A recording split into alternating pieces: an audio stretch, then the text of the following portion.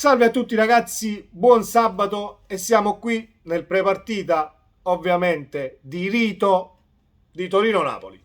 Torino-Napoli si giocherà domani alle 3, andiamo a vedere cosa abbiamo fatto all'andata, come ci stiamo arrivando noi, come ci arriva il Torino, probabili formazioni, se è una trasferta complicata o meno.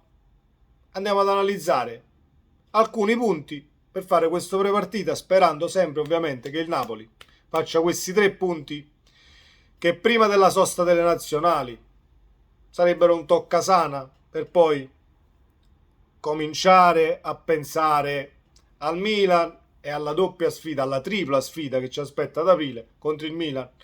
2 partite in Champions e la partita del 2 aprile in Serie A quando si tornerà dalla sosta delle nazionali. Partiamo. Allora, io che cosa mi aspetto? Mi aspetto una partita maschia, come sempre, contro le squadre di Juric. Una partita che sarà a centrocampo, secondo me sarà bloccata, perché Juric sicuramente troverà la gabbia per Lobotka e dovremo far fatica a palleggiare, almeno nella nostra metà campo.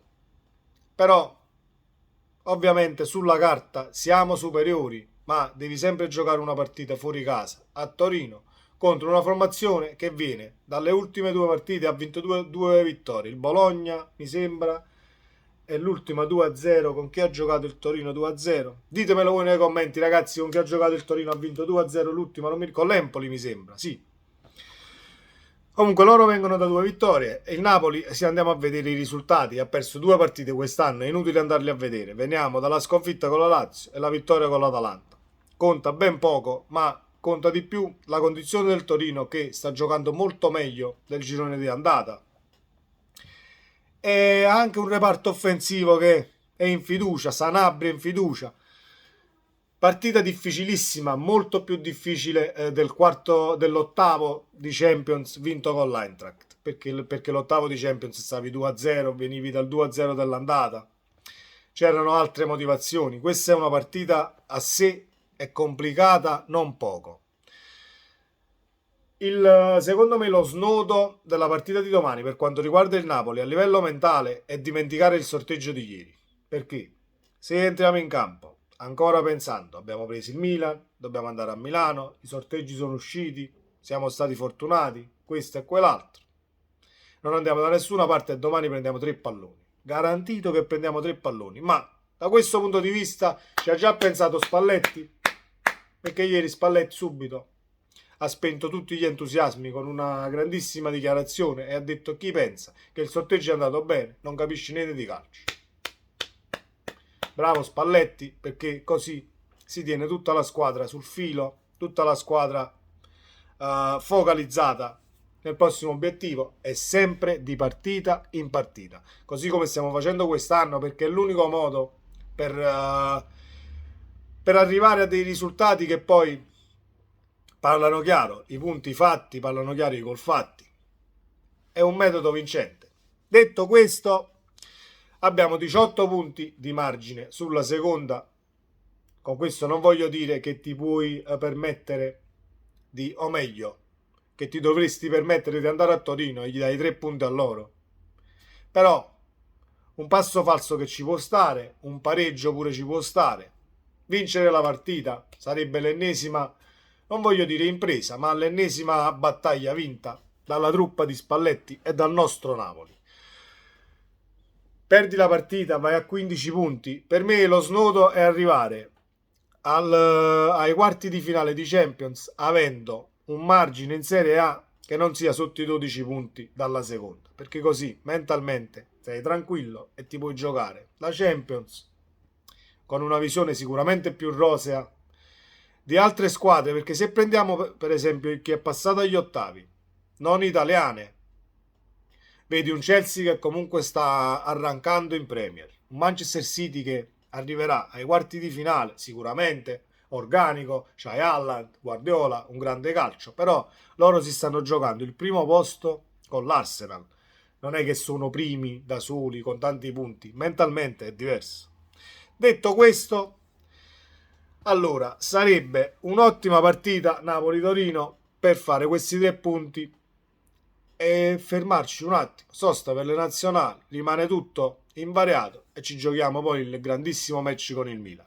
Riviviamo un attimo la partita dell'andata perché è interessante per come andò. Se ricordate tutti quanti, il Napoli passò subito in vantaggio, doppio vantaggio con la doppietta di Anguissà al 6° minuto e al 12° e la chiuse Kvaratskhelia 3-0 al 37°.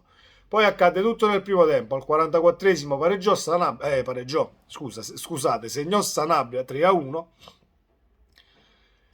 però il risultato largo del 3-1 del Napoli secondo me non rispecchia la partita, perché guardi il 3-1 e dici ok, il Napoli ha dominato, però se andiamo a guardare i numeri, alla pari di possesso palla, quasi alla pari per tiri totali tra bloccati in porta, il Napoli ha fatto 3 tiri in porta in più, però 14 tiri totali per il Napoli e 13 tiri totali per il Torino non è niente male. Lo snodo tattico è che il Torino fece 19 cross a 8, quindi massima attenzione su questi cross, anche se a livello di altezza, a livello di fisicità, a livello di stacchi di testa, massima attenzione, ma preoccupazione poca, perché abbiamo Kim, perché c'è Rachmani, perché Di Lorenzo è alto. Non so se giocherà Mario Rui o Olivera. Credo che Spalletti forse possa far giocare Olivera.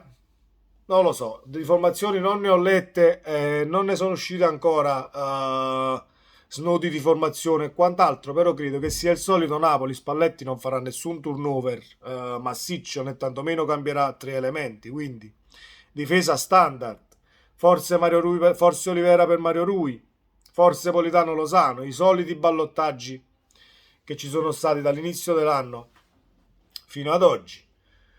Poi io sono d'accordissimo con la formazione titolare, non risparmierei nessuno, prima perché c'è la pausa per le nazionali, quindi comunque chi parte per le nazionali e chi rimane a Napoli riposa.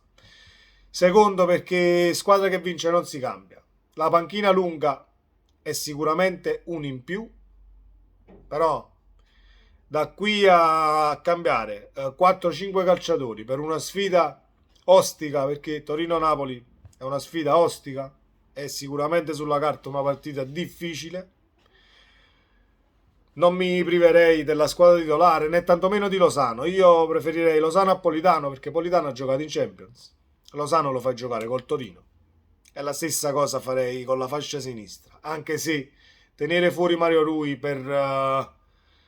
in queste partite dove comunque hai un centrocampo, sicuramente sarà una partita a centrocampo tirata con tantissimi falli e scontri maschi, e Mario Rui serve come il pane per il suo piedino educato, soprattutto quando entriamo nella metà campo del Torino, quando siamo a 30 metri dalla porta. Mettere un cross è meglio che lo metta Mario Rui che se lo mette Olivera. Qui siamo tutti d'accordo, credo. Quindi vedremo poi Spalletti cosa deciderà. Ci sarà la conferenza stampa oggi. Secondo me partita non da tripla, ma una X2 di copertura ci vuole sempre, perché il Torino di Juric e Juric in generale, anche con le altre squadre che ha arbitrato, ha sempre rotto le scatole. Detto questo, ragazzi, ci vediamo nel prossimo video. Questo era quanto per Torino-Napoli, che si giocherà domani. Forza Napoli, iscrivetevi al canale, attivate la campanella delle notifiche. Ciao!